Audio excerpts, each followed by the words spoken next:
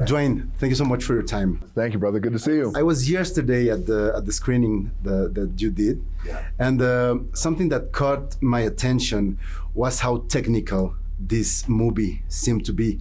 So since you're plunging into something so emotional, you know, in comparison with maybe other things that you've done before, how much did the technical issues helped, or maybe, you know, were an obstacle to get into the depth that...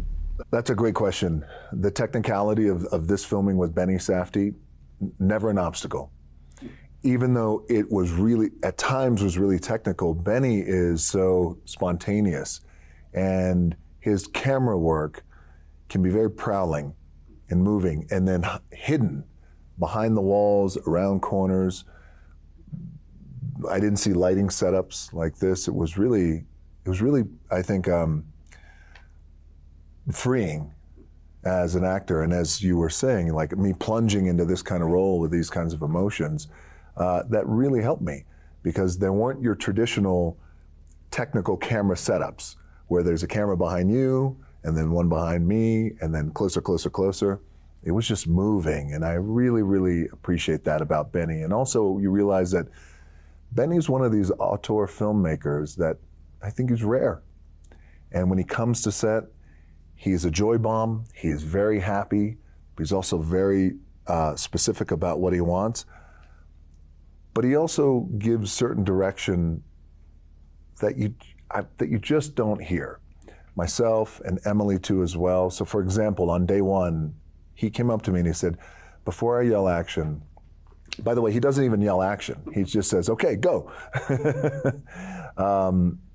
He says, this entire performance that you're gonna give on this film is you're gonna act as if nobody is relying on you anymore.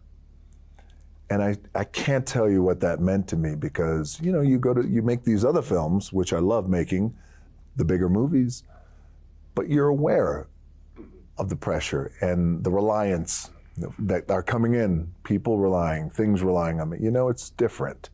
So, and I love that about Benny. And how much being a friend with Emily also helped, because confidence, we have a saying in Mexico, which is confidence sucks, confidence stinks. Yeah. And but in a good way, because here you have to say to each other awful things. Yes. How much confidence was useful for that, but also to be vulnerable against each other. You know what it was, brother? It was trust. And the trust that Emily and I have together, because we've known each other almost 10 years now. We've worked together in the past. I think to be able to have that trust, the trust then allowed the confidence, which I know it stinks here in Mexico. I love that term. But also it allowed for the vulnerability, and it allowed us to both go, we're gonna go to really dark places here that are gonna be nerve touching. And it's gonna be intense and raw. And the things that we're gonna say and the places we're gonna go, it's heavy. It's really heavy. So thank God that we're close in that way, because we trusted each other. This film also deals with failure a lot. Failure as one of the steps into success. You know, or at least that's something that I read from it. You're a sportsman. You know, you were a professional wrestler.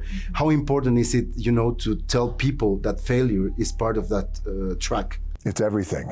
And there is no road to success without failing. There's no road to success without losing. You can, and the road is sometimes fast with great acceleration if you're undefeated at something. By the way, like at one time, Mark Kerr, the fighter, was undefeated. And he had no relationship with failure or with loss. It was very hard for him to reconcile with that. But that's not life. And so for us, what was really important was, and this brings me back to why I really feel Benny Safdie is one of those special directors, because he felt that, you know, if we could tell this story, and by the end of the story, if people see that this man who was undefeated, seemingly invincible, he had everything, he had the world, struggled with his demons, battled addictions, overdosed twice, lucky to be alive, and he loses. But if I could tell this story in a way that they've seen the movie through the eyes of Mark Kerr, and then at the end of the movie, without I'm going to spoil it a little bit. You see the real Mark Kerr. And you go, wow, I've experienced this entire film through the real man's eyes. And Benny said, I just believe in my heart that people will walk out moved emotionally, but still feel good because life is going to be okay. And that's Benny Safdie. Thank you so much, Dwayne. It's been such a pleasure talking with you as always. Thank you, brother. Thank you, man. Good to see you as always, for sure. See you, bro.